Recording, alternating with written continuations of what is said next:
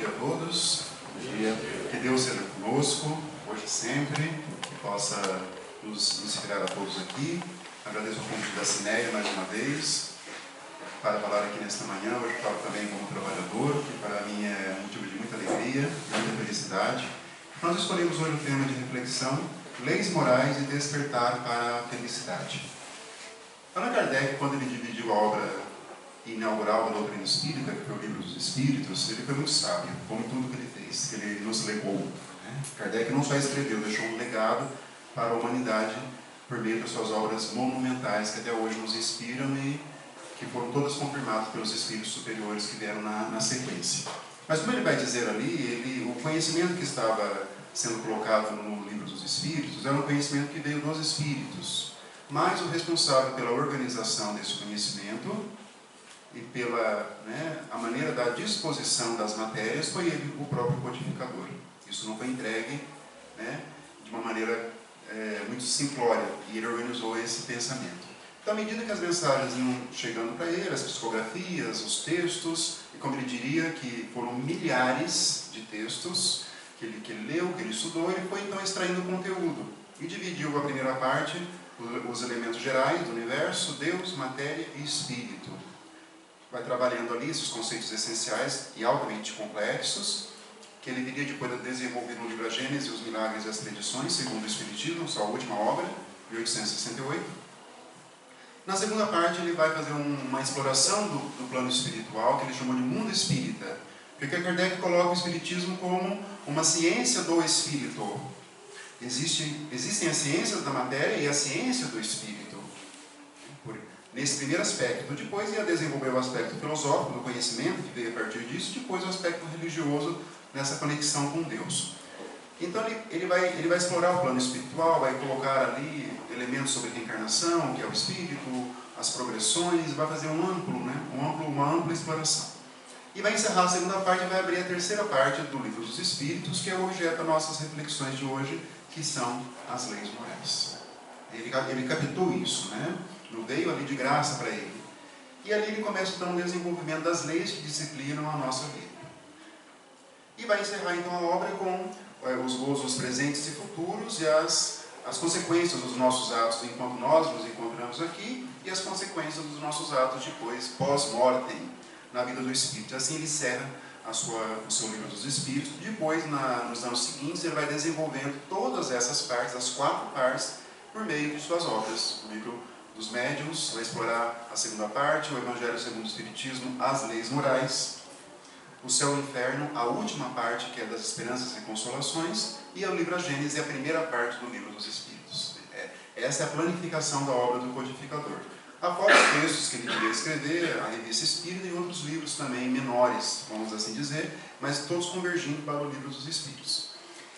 E nessa terceira parte do Livro dos Espíritos, ali tem longas dissertações sobre um tema que todos nós nos preocupamos, que é a questão da nossa felicidade. Então ali vai haver muitas informações sobre isso. Afinal de contas, o que é a felicidade? Aquilo que todos nós buscamos, todos nós queremos, às vezes por caminhos tortuosos, mas afinal de contas, o que é ser feliz? Seja que enquanto nós nos encontramos encarnados, seja a felicidade depois, quando nós retornarmos ao nosso plano espiritual, que é a nossa casa. E a questão 614 vai começar a responder a essa indagação, em relação ao que é felicidade. Então Kardec pergunta o que se deve entender por lei natural. Não é o que se deve entender por felicidade. Essa pergunta não tem no Livro dos Espíritos. Mas por quê? Nós vamos entender que a felicidade é colocada a partir do conhecimento e da compreensão das leis morais. Essa é a lógica do pensamento do codificador. E eles respondem a essa indagação da seguinte forma: a lei natural é a lei de Deus. É a única verdadeira para a felicidade do homem. Indica-lhe o que deve fazer ou deixar de fazer. E ele, o homem, só é infeliz quando dela se afasta. É uma resposta simples com um conhecimento aprofundado. Então as leis de Deus são leis que foram colocadas para a nossa felicidade. E nós só seremos felizes ou infelizes se as praticarmos ou se deixarmos de praticar. O que entra na noção de livre-arbítrio, que é essa liberdade de agir, que é uma das noções mais bem trabalhadas ao longo do Livro dos Espíritos. Não só quando ele vai tratar da lei de liberdade, mas também durante o desenvolvimento dos patrimônios, né, das potencialidades do Espírito nessa segunda parte do livro dos Espíritos. Então, quando nós vamos conhecendo essa lei divina, essa lei, né, que vai regendo a nossa vida, o que é essa lei, afinal de contas? Né? Nós aqui, enquanto nós estamos encarnados, estamos sujeitos às leis humanas. Se nós violarmos essas leis, nós estaremos sujeitos a sanções, a reprimendas. Existem as leis penais, que vão falando de crimes, as leis civis. Então, é um universo de leis. Mas existe essa lei divina. Né? Então, essa lei divina é uma lei que disciplina 4 aspectos da nossa vida, por assim dizer. Né? O primeiro aspecto é a nossa relação com a matéria. Quando nós geralmente nos aproximamos do Espiritismo, nós vamos, geralmente, o destaque é dado à lei de amor, que realmente é a base, é o núcleo de tudo isso. Né? E eu vou pedir aqui, por gentileza, Cineia, o ventilador aqui, por favor. O primeiro aspecto é essa lei que disciplina o nosso relacionamento com a matéria. A matéria em todos os sentidos. O nosso próprio corpo físico, como nós nos relacionamos com ele, que é um instrumento do nosso progresso. A matéria em si do nosso planeta, onde nós nos encontramos. Né? Os bens materiais com os quais nós travamos contato na nossa existência. Tudo isso que eu estou falando, as leis divinas vão impactando. Elas vão impactando. Por exemplo, a questão da alimentação. Um exemplo. Nós sabemos que nós temos que ter equilíbrio na alimentação. Mas espiritualmente falando, por que nós temos que ter equilíbrio na alimentação? Para mantermos o nosso corpo da maneira mais saudável possível. Mas por que isso? Para cumprir as nossas obrigações espirituais. Tudo leva, né, a um raciocínio de que o nosso corpo é colocado como instrumento do nosso espírito. E espiritualmente falando é isso. Né? O Espiritismo ele abre um leque muito grande nas nossas obrigações diárias. Então as leis divinas elas vão disciplinando esse aspecto nosso com o nosso corpo físico. Um outro aspecto que elas vão disciplinar é a nossa relação com o próximo.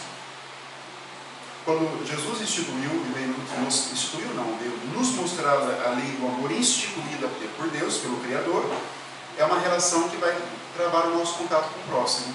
Todas as relações nossas que se travam no seio da família, que se travam no campo da amizade, no campo profissional, no campo religioso, onde nós travarmos contato, a lei do amor tem que impregnar o nosso comportamento. E a lei do amor é a base, vai desenvolver bondade, resignação, paciência, que vai se conectando a essa lei. E ela vai disciplinar a nossa relação. Um outro aspecto, o terceiro aspecto das leis morais impactando a nossa vida, a relação conosco mesmo. Qual a qualidade dos nossos pensamentos? Não sei se todos vocês param para pensar. Qual a qualidade dos nossos pensamentos? Será que nós estamos ali nos esforçando para um projeto de organização dos pensamentos? Quando a angústia ela aparece, aqueles problemas do passado ou do presente vão nos afligindo, será que eu penso em Deus naquele momento? Será que eu me resigno, eu respiro fundo? Ou eu me entrego às angústias, me entrego às aflições e entro num estado de ansiedade que pode gerar uma depressão? Nós somos senhores dos nossos pensamentos. Então, qual é a relação, né, nossa conosco mesmo? As leis divinas vão impactando também essa relação. E, finalmente, o quarto grande aspecto das leis divinas é a nossa relação com Deus, com o Criador. Qual a qualidade das nossas preces? Qual a qualidade da nossa conexão com o alto? Quais são as preocupações que vão regendo as nossas vidas? Nós somos um Criador, nós temos um Criador, nós somos filhos desse Criador de Deus. Como que isso vai impactando toda a nossa existência? Então o Espiritismo veio revelar essas leis divinas de uma maneira muito mais exata, muito mais assimilável no nosso momento evolutivo em que nós nos encontramos. Mas para nós ajuizarmos a importância dessas leis divinas trazidas pelo Espiritismo, nós temos que retornar um pouquinho a nossa história e irmos lá para a época em que Jesus nasceu, 1850 anos antes da codificação espírita. Então, Jesus ele aparece num momento em que a humanidade também precisava e necessitava de um conhecimento superior. Vamos retroagir um pouco mais agora para Moisés, por volta de 1400 anos antes de Cristo, 3.200 anos antes do codificador, antes do Espiritismo. Moisés foi o grande codificador do povo hebreu. Então o povo hebreu ele necessitava de uma disciplina muito rígida na época e já tinha uma crença em um Deus único, ao contrário de outros povos que eram politeístas, adoravam vários deuses, eles desenvolveram uma crença em um Deus único. E essa crença muito forte, muito bem delimitada, fez com que esse povo recebesse então a primeira grande revelação na figura dos 10 mandamentos. Então, Moisés subiu ao Monte Sinai com aquela sua mediunidade gloriosa, por efeitos físicos, provavelmente os espíritos conseguiram ali solidificar os fluidos do médium Moisés e grafaram naquelas pedras os 10 mandamentos que foram entregues para ele. Então os 10 mandamentos é uma manifestação física muito potente de parte das leis divinas talhadas naquele momento para a humanidade, mas ali representada pelo povo judeu. Os séculos se passaram, os 10 mandamentos foram ali impregnando o conhecimento desse povo, mas também chegou um momento que eles queriam uma revelação nova, um conhecimento que colocasse as coisas no lugar. O povo hebreu estava aflito pela invasão romana, que dominava boa parte do mundo conhecido, inclusive dominava ali a região de Israel, hoje de Israel, e eles não queriam esse domínio, porque imagina um povo politeísta dominando um povo monoteísta, imagina os conflitos, vários conflitos que estavam ocorrendo, sejam conflitos armados, conflitos íntimos também daquele povo dominado pelo povo romano. E eles queriam então o Messias que refletisse as tradições dos livros judaicos, que estão na Bíblia, mas são judaicos, ali, e que esse Messias os libertasse do jugo romano, daquela tortura, daquela ditadura romana, e ao mesmo tempo firmasse aquela questão de povo da raça prometida, do povo que tinha ali uma preferência por Deus, pelo Deus Jeová deles. E bem, então acontece o fato que sem dúvida é o fato mais importante da história da humanidade. As Escrituras estavam sendo cumpridas. Ali realmente nasceu o Messias das tradições. Jesus encarnou no povo judeu. Mas Jesus encarnou ali para se comunicar com toda a humanidade. Ele escolheu aquele povo em razão da crença única em Deus, já amadurecida. Então eles poderiam receber a segunda grande revelação que veio por meio dos ensinamentos de Jesus e que nós chamamos de Evangelho. Jesus encarnou ali um espírito puro, que nós viríamos saber por meio do Espiritismo. Jesus já tinha transposto toda aquela escala espírita, já alcançou ali um estado de pureza espiritual, veio trazer então a sua mensagem, reformando aquilo que deveria ser reformado dentro dos costumes judaicos, enfrentando as castas que dominavam o judaísmo, representado pelo Sinédrio, aquele tribunal que era o tribunal político religioso da época, e veio trazer o quê? O seu código divino. Ele veio trazer o código divino, não só trazer isso por meio das suas prédicas, das suas palestras, à margem do lago de Genezaré. Jesus pregava no lago, às margens do lago, pregava no templo, Jesus pregava nas ruas, pregava nas reuniões domésticas, onde ele dormia, ele visitava. Lembra que Zaqueu subiu ali a árvore, que era um homem muito rico. Jesus mandou ele descer e falou que iria se hospedar ali naquele dia, e Jesus foi e pregou o Evangelho também. Então Jesus pregava o Evangelho, pregava os seus ensinamentos de espírito puro. O seu contato com Deus era muito próximo, tanto aqui quando ele se encontrava encarnado, então, quando desencarnado, então, inimaginável, porque segundo o livro dos Espíritos, os Espíritos puros veem em Deus. Então o contato dele muito próximo, e veio trazer essa lei. Então os evangelhos, os 4 evangelhos, tiveram essa preocupação de trazer, de revelar esses ensinamentos que são as leis divinas de uma maneira muito pura. Mas Jesus já anteviu que os seus ensinamentos, pelo menos uma parte deles, iria se deturpar. Isso ele já previu. Como ele é um espírito puro, tinha esse grande conhecimento das nossas imperfeições, das nossas defeições, das nossas incertezas, dos nossos problemas. E ele veio e falou assim, Jesus, num certo momento, que ele enviaria um outro Consolador. um Santo Espírito, que a Igreja Católica coloca como Espírito Santo e confunde uma noção que até hoje ela não soube explicar corretamente o que é esse Espírito Santo. Ela interpreta que no dia que os apóstolos receberam as línguas de fogo e começaram, né, a falar em vários idiomas, ali é o Espírito Santo, enfim, houve uma confusão de interpretação. Jesus disse que enviaria um outro Consolador, um Santo Espírito, que teria uma dupla função: ensinar coisas novas e revisar, ensinar novamente o que ele, Jesus, havia ensinado. Mas esse Consolador viria com o tempo, porque Jesus ele lançou ali na massa o fermento que iria crescer a massa. Ele usou muitas vezes essa figura, né, como o pão, né? Se o pão não colocar o fermento, o pão não cresce. E os ensinamentos dele foram fermentando, ainda que deturpados, uma grande parte, mas o que restou, né, o que foi preservado ali nos evangelhos, ainda fermentou a massa, né, a humanidade, toda a humanidade, porque Jesus ele se comunicou para toda a humanidade, ele saiu de dentro do judaísmo e se comunicou. Quem teve essa percepção muito pura dessa questão que Jesus falou para a humanidade foi Paulo de Tarso. Ele teve essa noção, ele nasceu no judaísmo, ele era um homem ligado ao judaísmo, mas depois que ele teve um encontro no dia indo para Damasco, ele viu que a mensagem de Jesus era uma mensagem para a humanidade. Ele resolveu o quê? Sair ali do meio do judaísmo e divulgar para outros povos. E ele viria a ser chamado de apóstolo dos gentios. Quem que eram os gentios? Todos que não eram judeus. Todos que não eram judeus eram gentios. Por isso que ele era conhecido como apóstolo dos gentios. Ele teve essa mensagem universalista. Os séculos se sucederam depois da vinda do Cristo, assim como aconteceu com Moisés. O planeta evoluiu.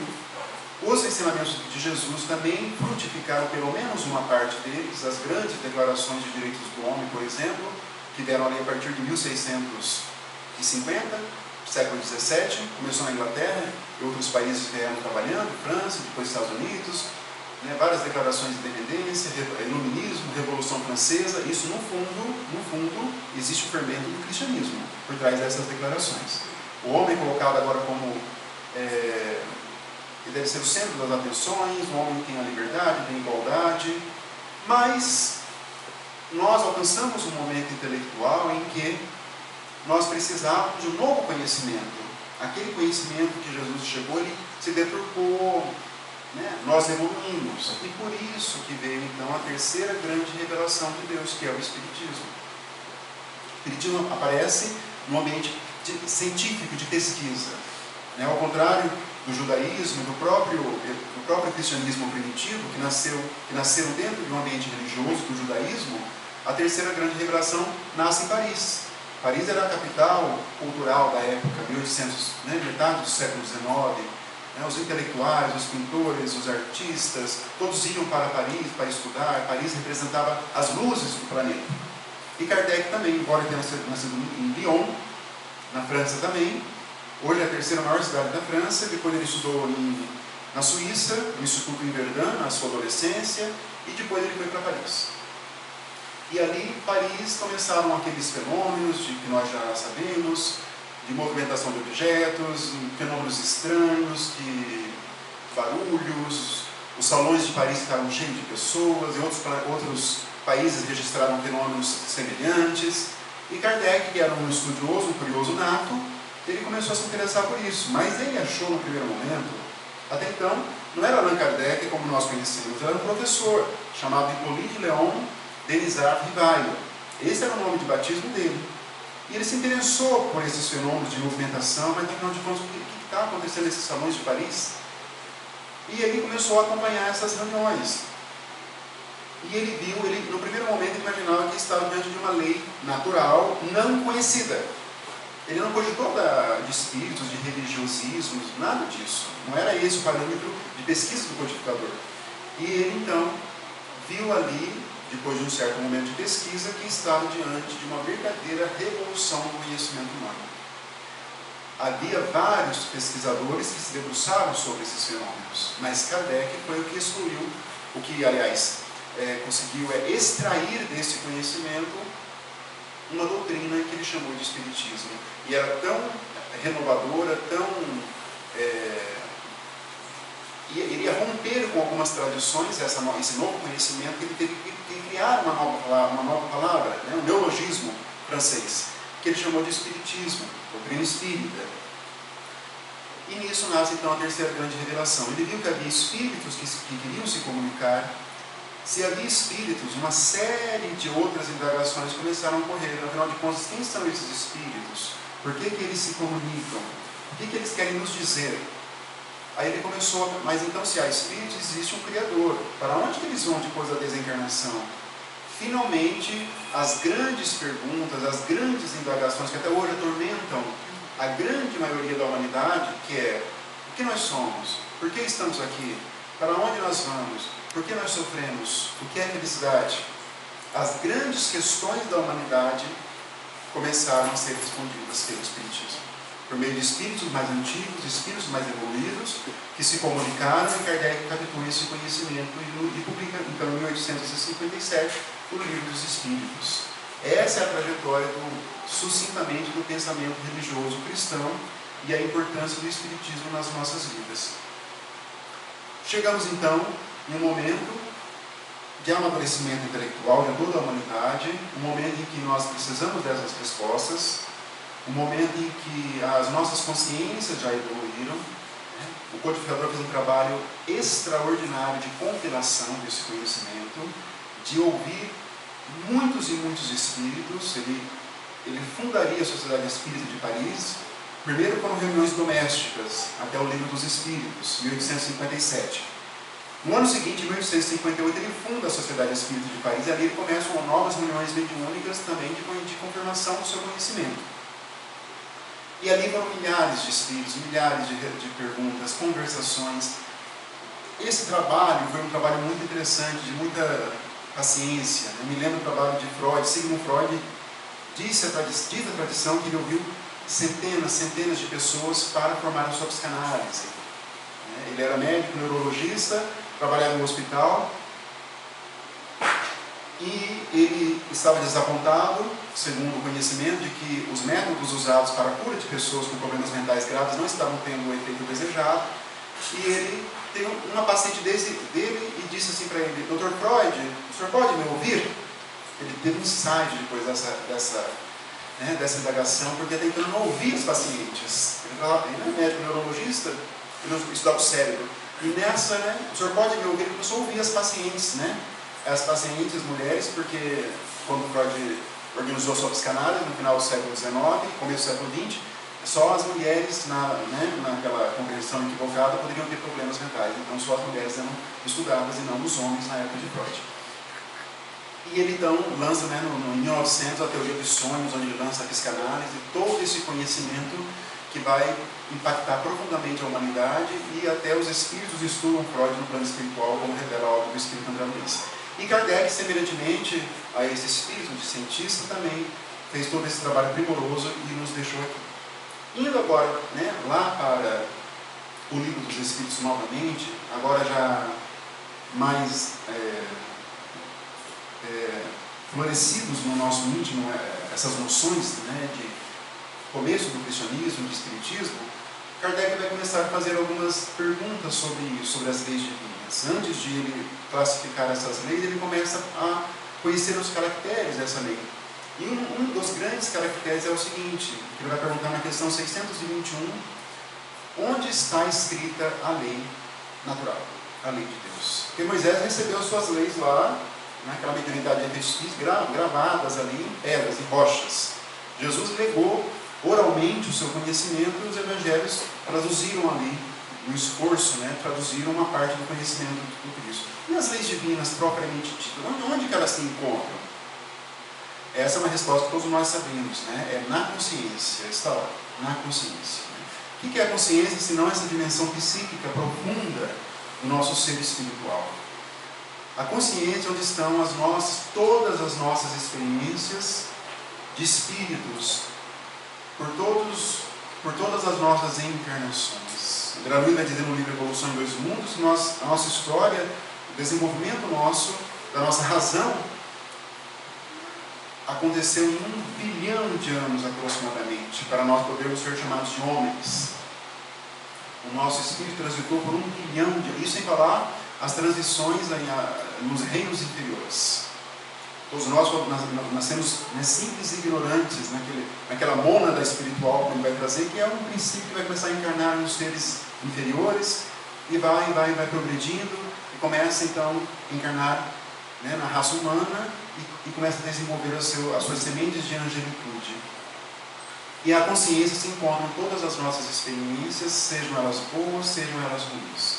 Considerando que nós ainda nos encontramos em um plano de provas e expiações, ainda a nossa consciência é um pouco entorpecida pelas violações a essa lei divina que está dentro dela. Quando nós vamos compreendendo na nossa literatura, vendo vários personagens dos nossos romances, principalmente da obra do Espírito da Luiz, daqueles que violam a lei divina, quando eles retornam ao plano espiritual, nós vamos ter uma confirmação dessa questão 621, que a lei natural está gravada dentro da nossa consciência. Por quê? Quando o espírito retorna ao plano espiritual, o espírito geralmente violador das leis divinas, que todos nós somos de certa maneira ainda, né? Estamos em conflito com essa lei divina, mas alguns a violam de maneira mais agressiva, consequentemente as sanções serão mais agressivas. Mas quando esses espíritos retornam ao plano espiritual e se dão conta de que eles violaram a lei divina, qual que é a primeira coisa que acontece dentro deles? É um arrependimento muito grande. E depois, logo na sequência, ele já desenvolve uma vontade de renascer, de ter uma próxima encarnação para eles se acertarem com a lei divina. Isso acontece em vários personagens, principalmente entre os suicidas. Eles querem os suicidas, né? Nós temos vários livros que vão falar deles, principalmente da médium Ivone do Amaral Pereira, né? Memórias de um Suicida, do Espírito Camilo Castelo Branco, e Leon Denis, Espírito para a Organização, adaptando a obra para o Espiritismo. O suicida tem aquele momento de dor, de aflição muito grande, e acaba então tirando a sua própria vida, imaginando que ele estaria ali, o problema estaria aniquilado. Aí ele desencarna, depois ele acorda no plano espiritual de muito sofrimento, toda uma trajetória, depois ele é resgatado, sucintamente falando, e chega numa colônia espiritual. E naquele momento ele se dá conta de que ele deixou tarefas pendentes, que ele violou uma lei, né? Porque a nossa encarnação é um presente divino. Às vezes nós não nos damos conta ainda de que nós estamos aqui para o conhecimento da lei, para construir a nossa felicidade, para resgatarmos os nossos débitos, para nos abrir perante a realidade da vida. E ele se dá conta de tudo isso e pede uma nova oportunidade, para que ele volte e se acerte com aquilo que está dentro do íntimo, torturando, porque está na consciência a lei divina. Então ele vai torturando, vai trazendo remorso, vai trazendo dores. E Kardec vai dizer isso, os espíritos vão dizer isso, que as dores morais, o que são as dores morais? Remorsos, arrependimentos, elas são muito mais intensas do que as dores físicas que nós podemos sentir aqui. E eles pedem uma nova oportunidade. Então a consciência pede isso. Temos que lavar a nossa consciência. Nós seremos espíritos bons quando nós nos esforçarmos no conhecimento dessa lei e praticarmos, para nós não mancharmos mais isso. Logo na questão 625 tem uma questão que nós conhecemos bem, e o desenvolvimento dela também é bastante interessante. E Kardec pergunta qual que é o espírito que foi, que Deus nos deu como modelo e guia. 625, Jesus. É uma palavra só a resposta. Só que essa questão, por mais singela que ela seja, num primeiro momento, ela vai encerrar ali uma ruptura profunda com as tradições cristãs de até então, que tratavam Jesus como um Messias que veio para nos salvar, no sentido de nos eximir das nossas responsabilidades. Se nós aceitarmos Jesus, como dizem boa parte das religiões cristãs, bastamos aceitá-lo, nós vamos nos eximir da nossa responsabilidade. Então ele veio como aquele salvador nesse sentido, nos salvar de nós mesmos. Mas isso não reflete o conhecimento. Esse é um dos conhecimentos que foram deturpados ao longo de 18 séculos pela igreja então dominante. Jesus ele é apresentado pelos Espíritos como modelo e guia. Isso é uma profunda revolução.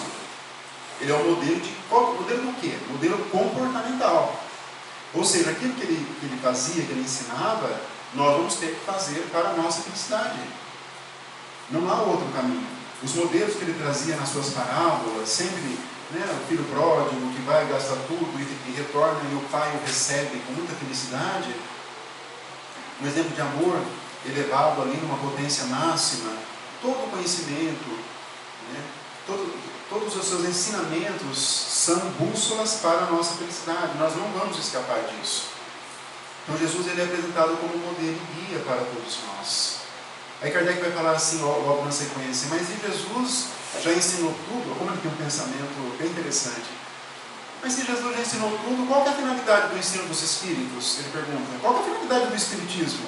Ele mesmo, que criou o Espiritismo, no sentido de organização desse conhecimento, vai perguntar. Qual é a finalidade? Eles vão dizer isso. Jesus, ele se comunicava numa época em que havia muitos mitos, né? A maneira de falar algumas verdades eram um pouco fantasiadas pelo conhecimento do povo. E haveria a necessidade de deixar tudo mais claro, mais consciente. Esse conhecimento ele deveria agora florescer de uma maneira mais racional. Por isso que o Espiritismo ele é uma ciência, uma filosofia, uma religião muito mais precisa nos seus ensinamentos. Kardec falou que nós não podemos mais ter dúvidas do que acontece conosco, para onde nós iremos. Não é mais uma tese. O que vai acontecer conosco? Será que colônias existem? Será que não? Será que nós seremos tão penalizados? Será que realmente temos que praticar o bem dessa maneira? Será que o Chico Xavier, ele que fazer isso? Não, eu não, isso é perfeito. Todos esses ensinamentos nós teríamos que assimilar.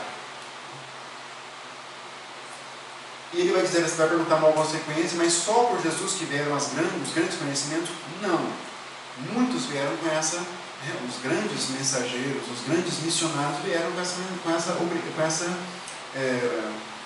essa tarefa de nos mostrar realmente todo esse roteiro de luz para todos nós. E Kardec vai desenvolver ali outros aspectos dessa lei natural e vai chegar a uma classificação dessa lei em 10 partes. Ele criou essa classificação. Lei de adoração, lei de liberdade, reprodução, igualdade, lei de sociedade, lei de destruição. E depois lei de justiça, amor e caridade. Fechando as suas 10, ele vai perguntar se aquela classificação é correta. Ele vai submeter a isso aos espíritos superiores, antes de iniciar o estudo dessas leis. E eles vão dizer que essa divisão em 10 lembra a divisão de Moisés. Você pode usá-la, mas isso não traduz uma verdade absoluta. Porque, pensem vocês, a nossa compreensão de lei divina ela vai se aperfeiçoando ao longo dos séculos. Moisés trouxe a sua, Jesus e Kardec no livro dos Espíritos. Mas com certeza nós teremos outros desdobramentos dessa lei.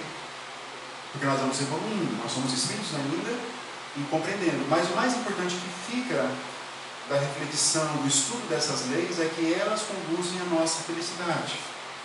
Quando Kardec vai trabalhar a lei da adoração, nós vamos ver ali a questão das preces, das orações. Nós vamos aprender que a prece não altera os acontecimentos, não altera as nossas provações, não altera as nossas expiações, mas ela nos dá um combustível para suportar, para nós passarmos por essas dores da vida. Isso está na lei de adoração. Nós vamos entender na lei de adoração que não é só dialogar com Deus por meio de algumas palavras, mas o nosso comportamento fala mais do que as nossas palavras. Isso está lá na lei de adoração. Nós vamos entender na sequência com a lei do trabalho que Kardec desenvolve como traço da lei divina. Entendemos todos o seguinte: a lei divina é uma só. Ele divide essas leis para fins didáticos. Temos que entender isso. Vamos lendo a lei do trabalho, que aparentemente nos convida a ter um trabalho onde nós temos o nosso retorno financeiro no final do mês. Mas a lei do trabalho, vamos ver ali, que ela é a lei que nos convida a movimentar as nossas potencialidades, a descobrir quem nós somos e colocar essas energias, essas potencialidades, a construção da nossa felicidade. Isso é a lei do trabalho. que está lá. É conhecer, né, os nossos limites e as nossas forças internas também. A lei de liberdade, nós vamos ver ali o desenvolvimento do livre-arbítrio. Mas por que tem tanto sofrimento na Terra? Por que uma criança nasce e morre com 5 anos de idade de câncer? Vamos ver o livre-arbítrio exercido em outras reencarnações, que ali é uma criança naquele momento, mas é um espírito antigo, endividado com as leis divinas, que vem para começar um acerto com as leis divinas. Mas por que uma jovem cantora famosa desencarna num acidente aéreo com 26 anos de idade? Porque existe uma história espiritual nesse espírito, existe uma necessidade de acertamento. A nossa vida verdadeira é a vida espiritual. Nós estamos aqui para esse aprendizado, para construir a nossa felicidade. As leis divinas são sábias, nós estamos ainda em conflito, mas nós temos uma noção mais perfeita dessa lei. A lei de destruição, por que existem epidemias, guerras, flagelos naturais, terremotos? Porque o nosso planeta é de provas e expiações, nós ainda, o desenvolvimento moral está aquém do esperado, então esses fenômenos ocorrem para nos chamar a uma realidade espiritual. Isso está na lei de destruição, no livro dos Espíritos. A lei de justiça, amor e caridade. Mas se Deus é tão bom, por que existem tantos sofrimentos? Porque nós estamos sujeitos à lei de justiça, só que ela é colocada junto com a lei de amor pelos Espíritos. Porque Deus tem esse lado de amor e esse lado da sua justiça que vai nos convidar. Mas aquilo que nós chamamos de sofrimentos, de angústias, de problemas, os espíritos superiores chamam de aprendizado. A nossa noção de sofrimento, a nossa noção de angústias, de aflições, ela foi deturpada também. Isso também está na obra do Espírito da Luz, pelos espíritos benfeitores ali que vão nos ensinando. A nossa noção foi deturpada. Tem um momento que o Espírito vai dizer assim, que é a glória de sofrer.